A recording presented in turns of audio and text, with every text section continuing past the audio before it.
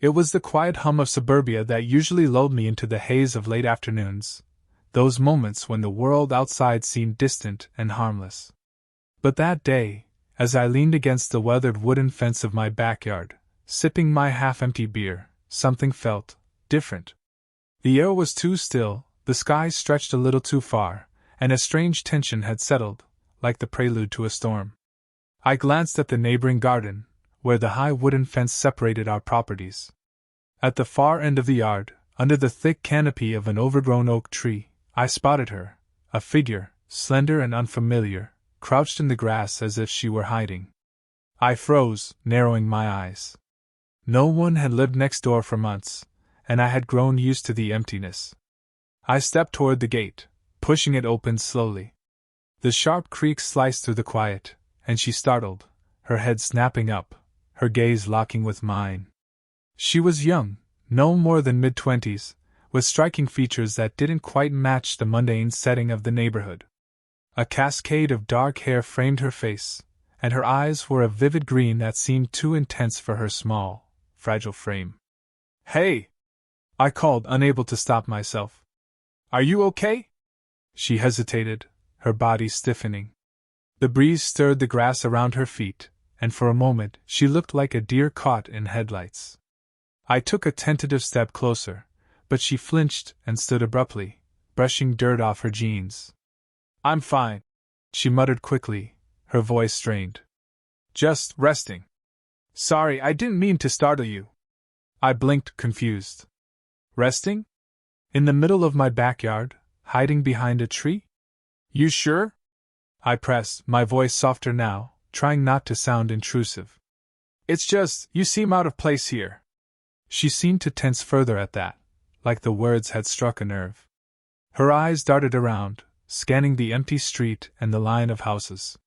Then she turned her gaze back to me, her face tightening, as though making a decision. "Listen, Her voice wavered for a second, then steadied. "I need your help. Just for a little while." I frowned. Something was off about her, and the unease in my gut was telling me to back off, to walk away and pretend I never saw her. But curiosity, the same curiosity that had driven me to move into this quiet neighborhood in the first place, pushed me forward. "Help with what?"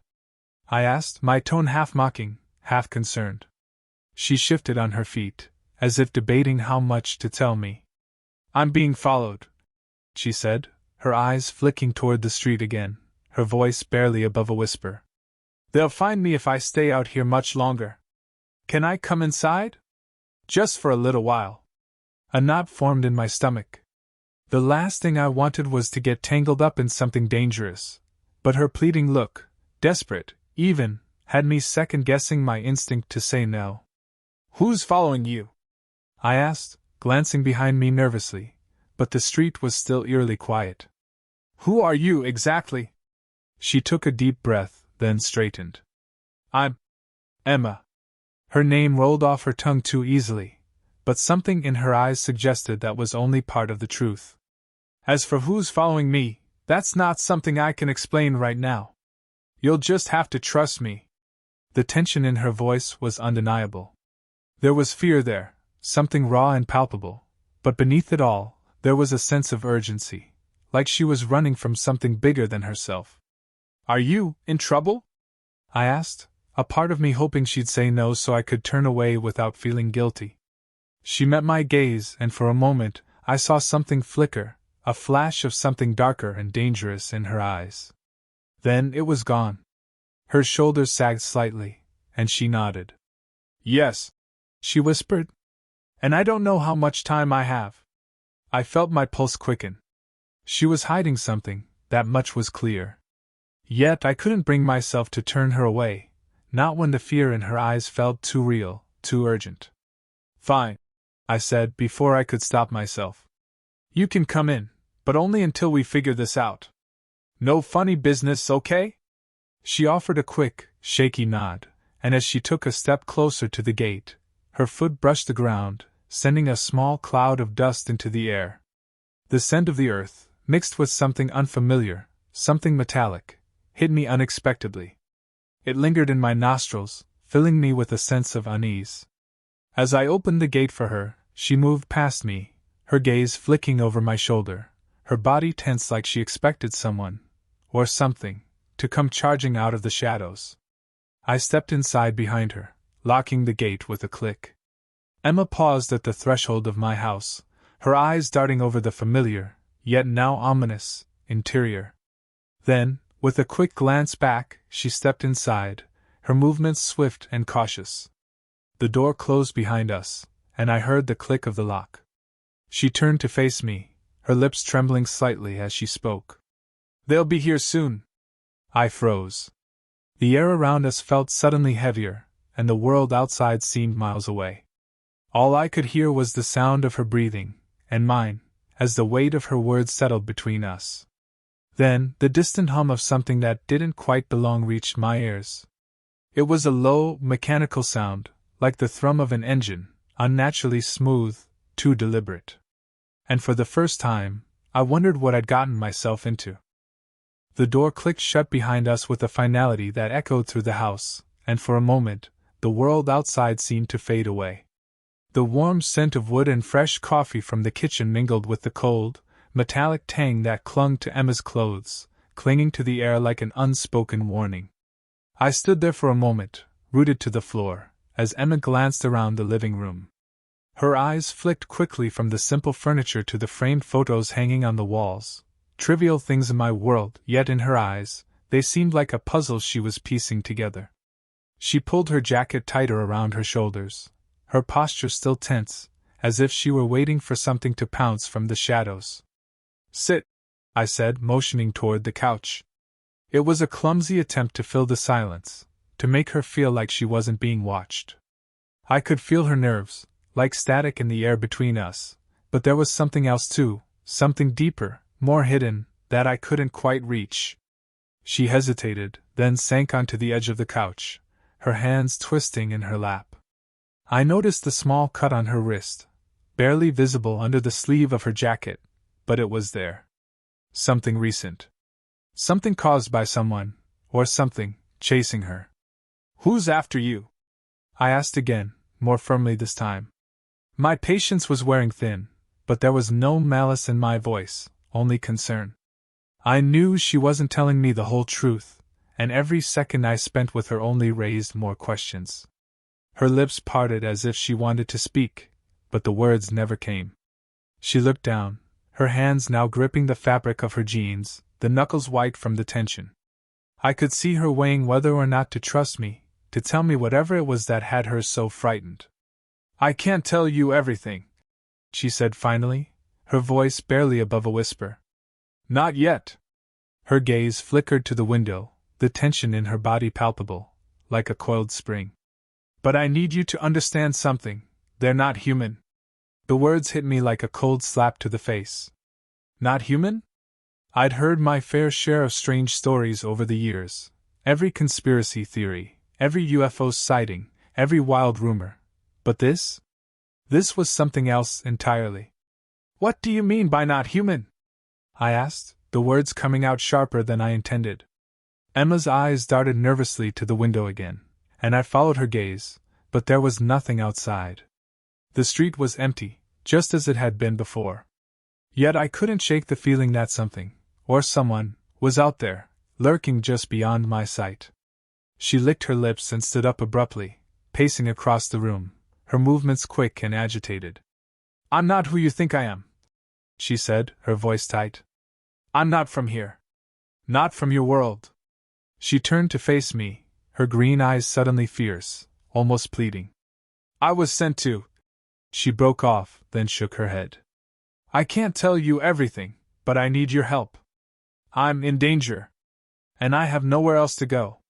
I swallowed hard, the weight of her words sinking in. The room felt smaller now, the walls closing in as the truth started to creep in, slowly, quietly. She wasn't just some random stranger. She was something else. Something I couldn't understand. "Why me?" I asked, taking a step closer. The words felt like they didn't belong in my mouth, but I needed an answer. "Why come to me?" She hesitated, the flicker of a storm passing through her eyes. You're different, she said, her voice soft but urgent. You're not like the others. I frowned, not understanding. Not like the others? What does that mean? Before she could respond, the sound came again, faint at first, almost drowned out by the hum of the refrigerator and the distant rustle of the trees outside. But it was there. A low, mechanical hum, distant but unmistakable. My heart skipped a beat, and I glanced at Emma. Her face had gone pale. They're close, she whispered. We don't have much time. A chill crept up my spine, and I turned toward the window, my eyes scanning the empty street. The hum grew louder, a mechanical throb that seemed to vibrate through the air. It wasn't coming from a car, and it wasn't coming from the distant city lights. It was something else, something wrong. I didn't have time to process it. Before I could turn back to her, Emma was already moving toward the door, her pace hurried but deliberate. Wait, I said, but my voice caught in my throat. What are you? I have to go, she said, her words cutting through the air like a knife. Stay here. Don't let anyone in. No one. I watched, frozen, as she disappeared through the door, her silhouette disappearing into the night. The sound of her footsteps faded quickly, swallowed up by the distant hum that was now louder, closer. I stood there for a moment, the silence hanging heavily around me. The house felt cold now, darker, as though something had shifted. I glanced toward the door she had left open slightly, and for the first time, I noticed a slight shimmer in the air, a distortion I couldn't quite explain. My heart pounded in my chest, and I turned, my gaze fixing on the window again. The street outside was still empty, but something felt different. A weight in the air. A sense that things were not what they seemed. And then I saw it. A shadow in the distance, moving too quickly, too smoothly. It was coming closer. They were here. I didn't have time to think. Only to act. The air in the house was thick with tension, and the low hum that had filled the space earlier now buzzed in my ears, almost deafening in its persistence. The quiet of the night had been broken, and the normal, comforting silence I was used to was replaced by an undercurrent of unease, making it feel as though every shadow, every sound, held a hidden meaning. I stood frozen by the window, my heart racing in my chest. The shadow outside had stopped moving for a moment. It was still, just beyond the street lamp's glow, where the darkness thickened and stretched like a cloak over the world.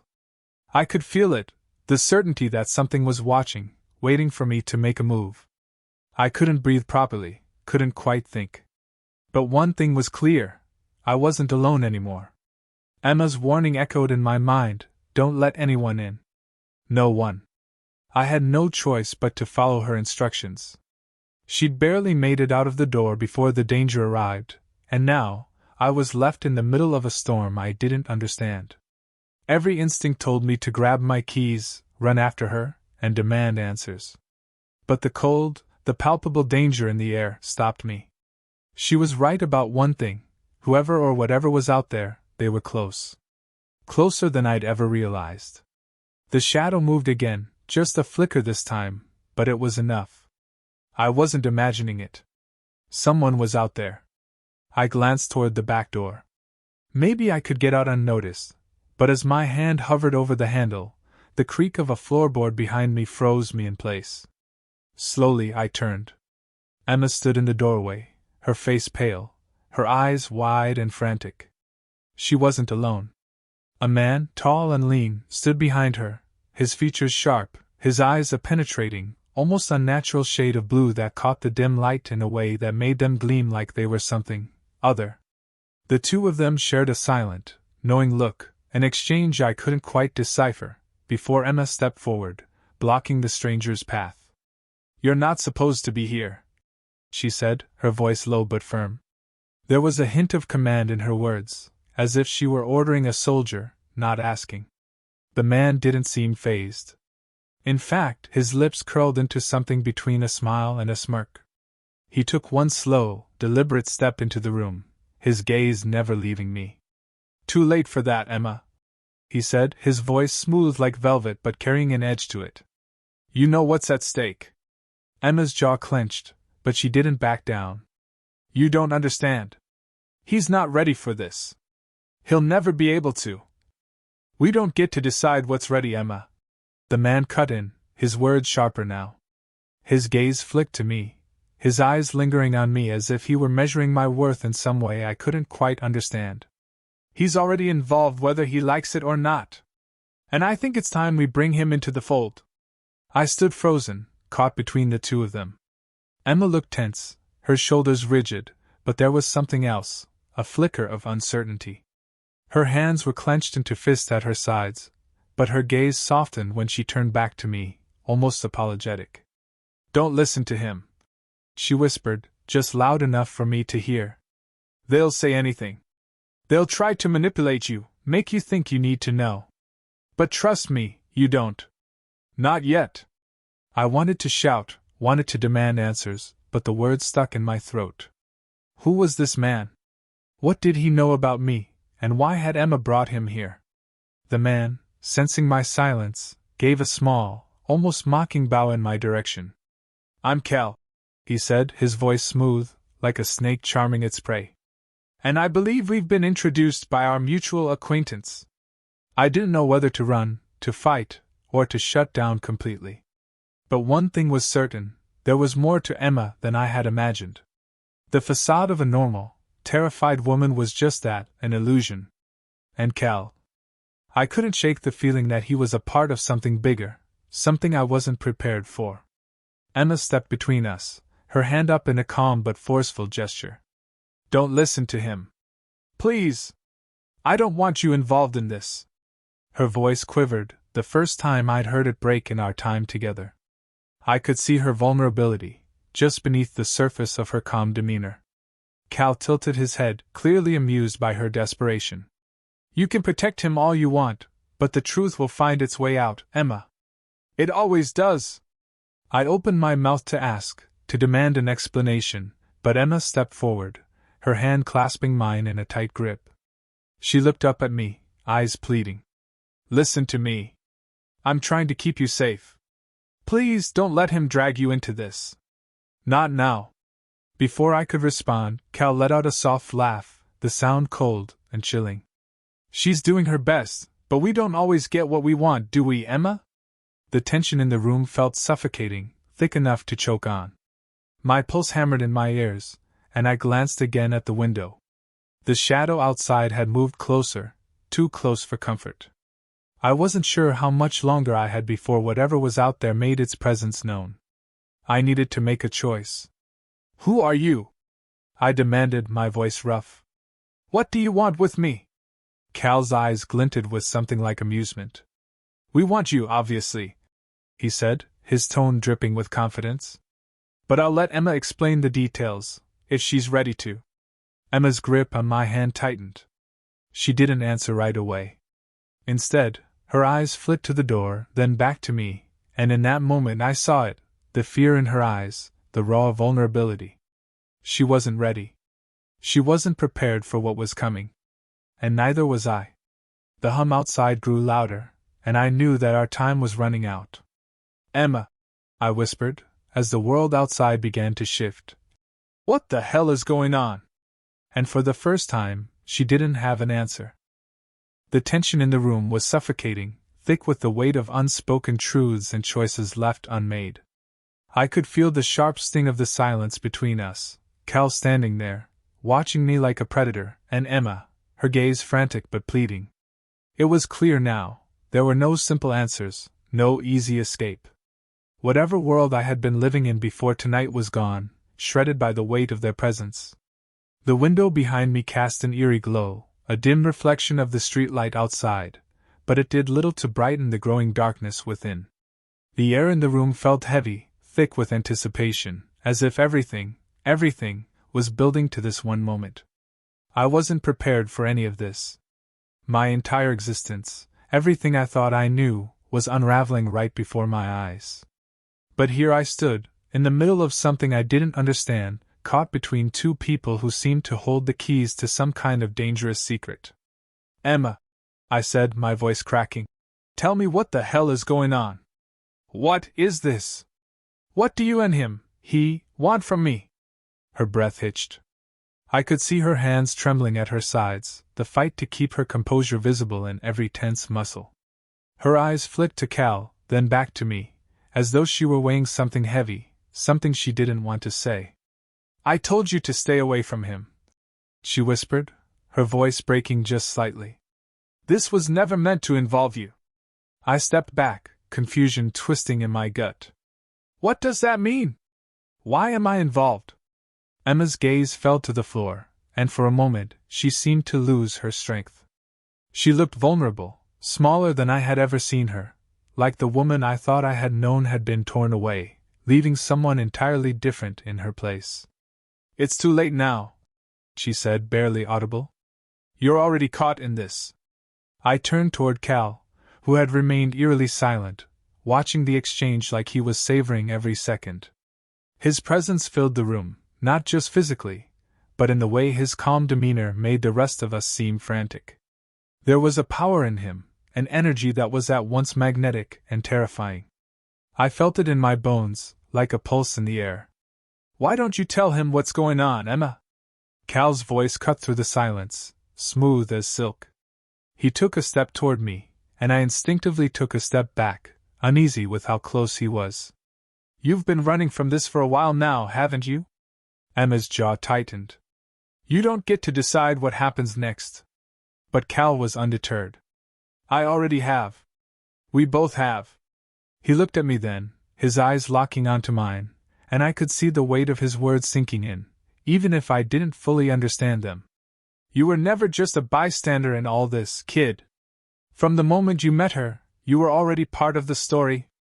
Emma flinched, but I was beyond caring about her discomfort.